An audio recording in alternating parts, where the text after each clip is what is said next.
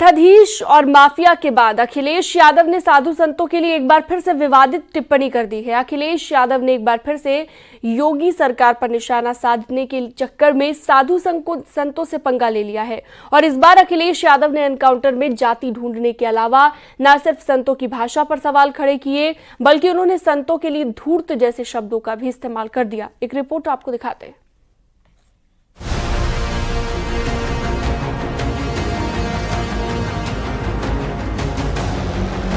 मठाधीश और माफिया में कोई ज्यादा फर्क नहीं होता।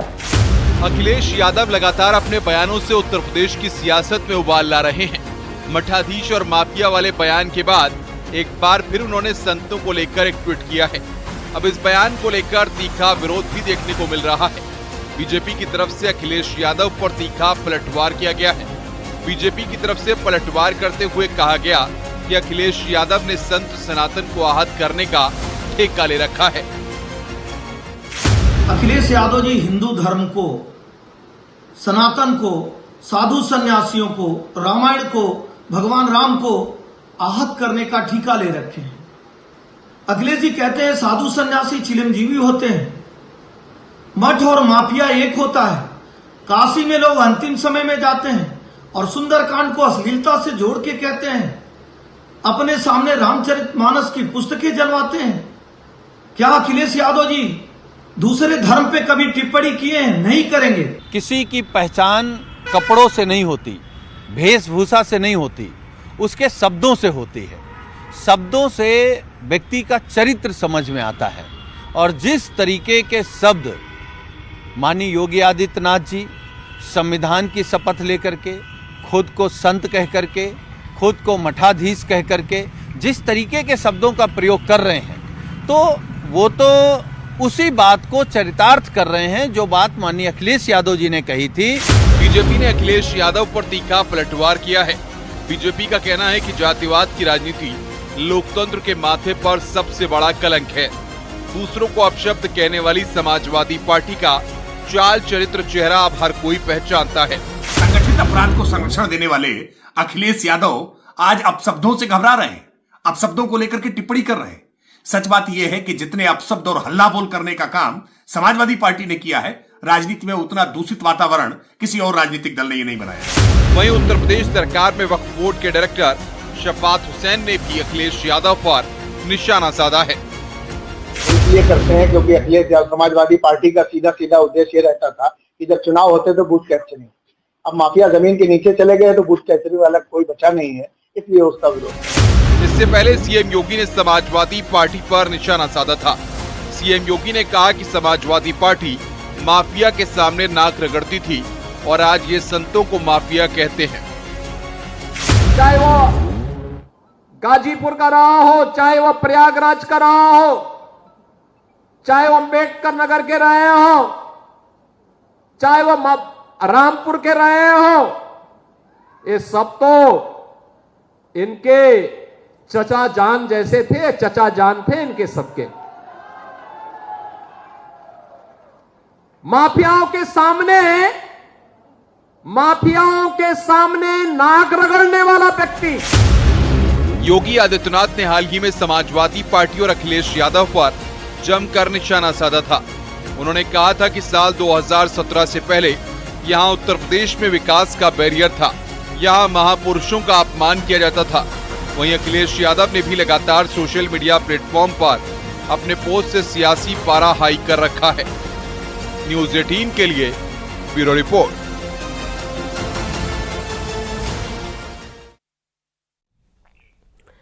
अमेरिका में सिखों पर दिए गए बयान को लेकर वाराणसी में राहुल गांधी के खिलाफ मुकदमा दर्ज किया गया। सिगरा थाना में बीजेपी कार्यकर्ताओं की शिकायत पर मुकदमा दर्ज किया गया।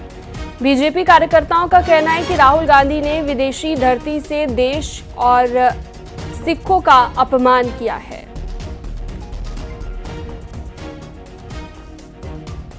हमारे जो देश के विपक्ष के नेता हैं, कांग्रेस के राहुल गांधी जी, अमेरिका में जाकर अपने देश की निंदा करना और हमारे सिख गुरु गोविंद जी जो थे गुरुओं, ये हम लोग एक सम्मान से उनको मानते हैं कि हम लोगों को बहुत अंदर से ठेस लगी है। कल सिख समुदाय भी हमारे साथ था उनका जो है पुतला बनाकर उनका जो है वो किया था हम लोग। कि क्या FIR दर्ज होगी? हाँ, FIR दर्ज होगी, FIR दर्ज होगी, फिर उसकी विवेचना होगी, फिर उनके खिलाफ जितनी भी हो सकती है वो कार्रवाई किया जाएगा। यह देश की आन बान की बात है। डिप्टी सीएम ब्रजेश पाठक ने अस्पतालों में चल रहे निर्माण कार्य को लेकर अफसरों को निर्देश दिए हैं। डिप्टी सीएम ने 15 दिनों के भीतर निर्माण कार्यों की रिपोर्ट देने को कहा है। ब्रजेश पाठक ने सभी अधिकारियों से कहा है कि तय समय में सभी कामों को पूरा कर लें। साथ ही उन्होंने कहा कि लापरवाही बिल्कुल भी बर्दाश्त नहीं की जाएगी।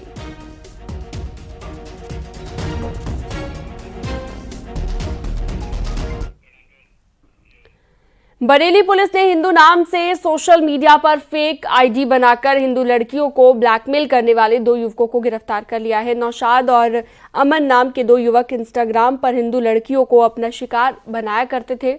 आरोपी है कि दोनों शातिर बदमाश फर्जी सोशल मीडिया अकाउंट और फेक आधार कार्ड का इस्तेमाल कर महिलाओं और लड़कियों की फोटो और वीडियो बनाकर उन्हें परेशान किया करता था।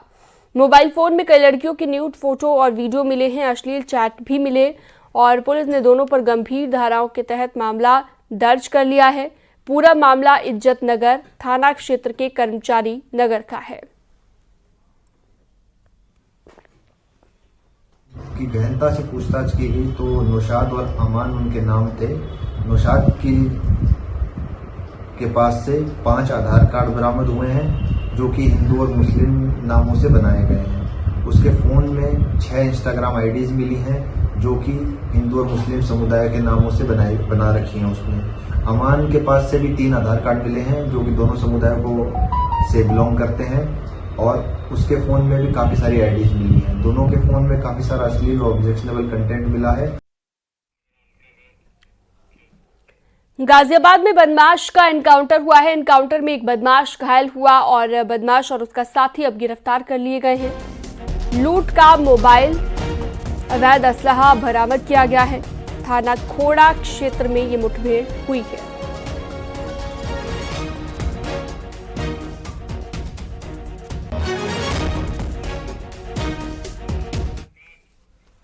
मुजफ्फरनगर से बड़ी खबर है अगली और यहां पर पुलिस और बदमाशों के बीच एनकाउंटर हुआ है। एक बदमाश को गोली लगने से वो घायल हो गया। 3 बदमाश मौके पर पहुंचे और आपको बता दें कि तीनों बदमाश मौके से फरार हो गए हैं। हाईवे पर गाड़ी से तेल चोरी करने का ये काम किया करते थे। मंसूरपुर थाना क्षेत्र का ये मामला बताया गया।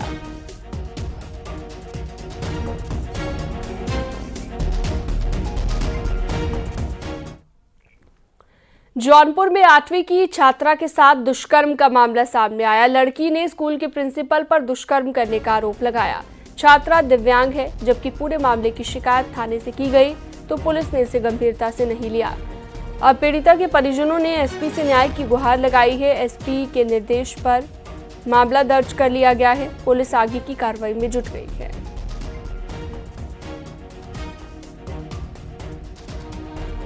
पीड़िता की मां द्वारा थाना नवरिया में एक तहरीर दिया गया कि हमारी नाबालिग दिव्यांग पुत्री के साथ उसके स्कूल के अध्यापक द्वारा यौन शोषण किया गया, जिस पर थाना स्थानीय पर मुकदमा पंजीकृत किया गया।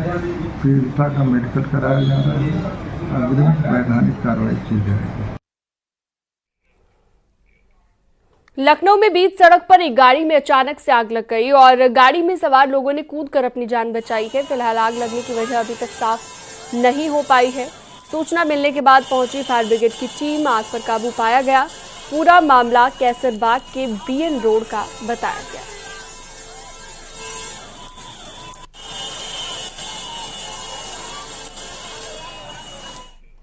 और हरदोई में चलती कार में अचानक से आग लग गई। कार सवार ने कूदकर अपनी जान बचाई। फायर ब्रिगेड की टीम मौके पर पहुंची और पहले कार पूरी तरह से जल गई। कार में शॉर्ट सर्किट के चलते आग लगने की आशंका जताई गई है।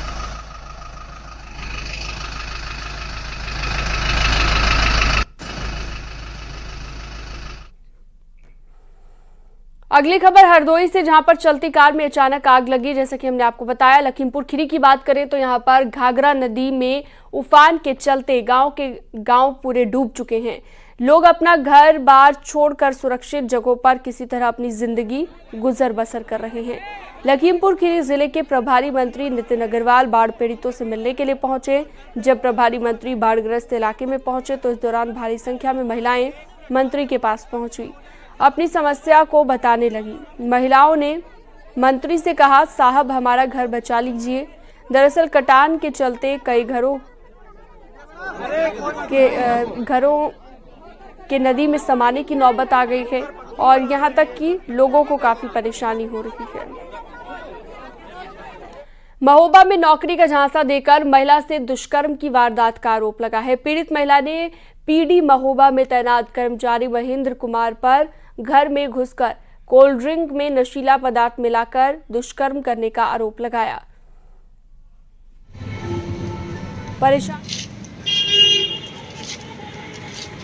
नौकरी दिलवाऊंगा, नौकरी के बहाने से आया और वो कहने लगा कि वो कोल्ड ड्रिंक पिलाई मुझे न, और उसमें होश नहीं रहा।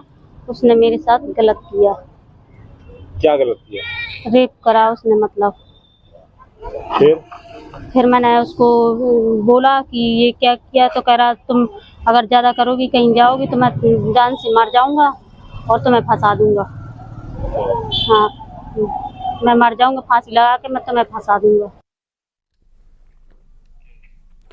और लखनऊ से बड़ी खबर, जहां पर लोकबंधु अस्पताल की महिला डॉक्टर को पीटा गया है। मरीज के तीमारदारों पर पिटाई का आरोप यहां पर लगा है। इसके साथ ही आपको बता दें कि भर्ती मरीज के तीमारदारों पर मुकदमा दर्ज कर लिया गया है। अस्पताल के अधीक्षक ने कृष्णा नगर थाने में एफआईआर दर्ज कराई है। जूनियर महिला डॉक्टर ज्योति कृष्ण मूर्ति के साथ मारपीट हुई है, बदसलूकी हुई है।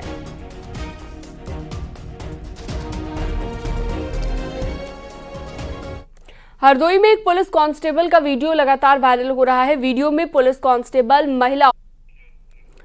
आगे बढ़ते हैं और अगली खबर आपको बताते हैं बलरामपुर से, जहां पर बेशकीमती खैर के लकड़ियों की तस्करी का मामला सामने आया, जहां पर लग्जरी गाड़ियों से खैर की तस्करी की जा रही है।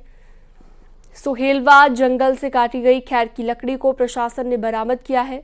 स्कॉर्पियो गाड़ी में 17 बोटा खैर की लकड़ी लादी गई थी और तस्कर गाड़ी छोड़कर फरार हो गए। हर्रेया थाना क्षेत्र के बनकटवा रेंज का ये पूरा मामला है।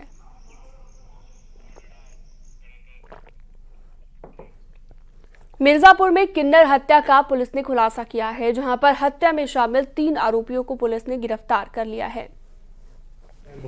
पुलिस के मुताबिक 18 सितंबर को कुएं से किन्नर का शव बरामद हुआ था। हत्या से कुछ दिन पहले किन्नरों के 2 गुटों में क्षेत्र के बंटवारे को लेकर विवाद हुआ था। विवाद का बदला लेने के लिए किन्नर चांदनी की हत्या कर शव को कुएं में छिपा दिया गया था।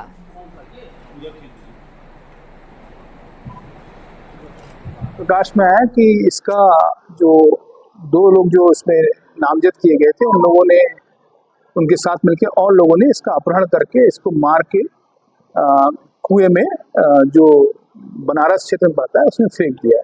तो वहाँ मॉर्निंग में 18 तारीख के जाके इसको रिकवर किया गया और इसमें इसी घटना के अनावरण क्रम में 3 लोगों को पुलिस के द्वारा कल गिरफ्तार किया गया, जिन्हें आज जेल भेजा जा रहा है।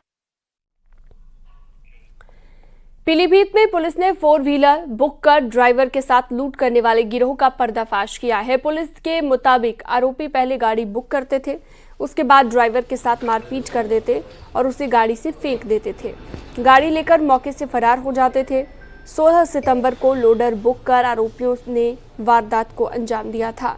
पुलिस ने 3 आरोपियों को गिरफ्तार कर लिया है।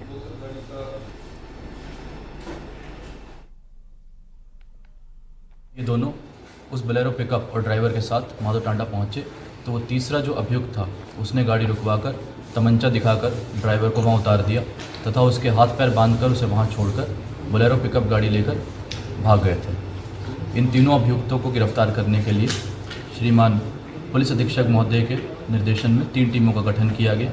उन टीमों द्वारा बहुत अच्छा काम करते हुए 4 दिन के भीतर तीनों अभियुक्तों को 100% माल के साथ गिरफ्तार कर लिया है।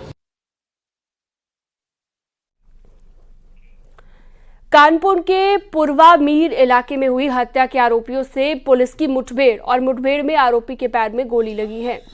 आरोपी को जिला अस्पताल में भर्ती कराया गया है। पिछले दिनों एक व्यक्ति की हत्या कर दी गई थी और हत्या के बाद एक नाबालिग ने फोटो के जरिए आरोपी की शिनाख्त की थी, जिसके बाद से आरोपी की तलाश में पुलिस जुटी हुई थी। पूरी इस घटना को हम लोग तहकीकात करते रहे और फाइनली तहकीकात करने के बाद CDR के आधार पे, बाकी आधार के आधार पे जब इसको हम लोगों ने किया तो ये जो सूचना मिल रही थी कि कटरी क्षेत्र में, गंगा क्षेत्र में यहीं पे कहीं न कहीं छिपा हुआ है।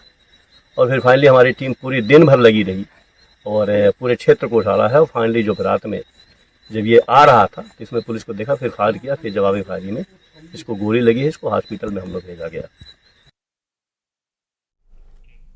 और वक्त एक छोटे से ब्रेक का, फौरन लौटते हैं।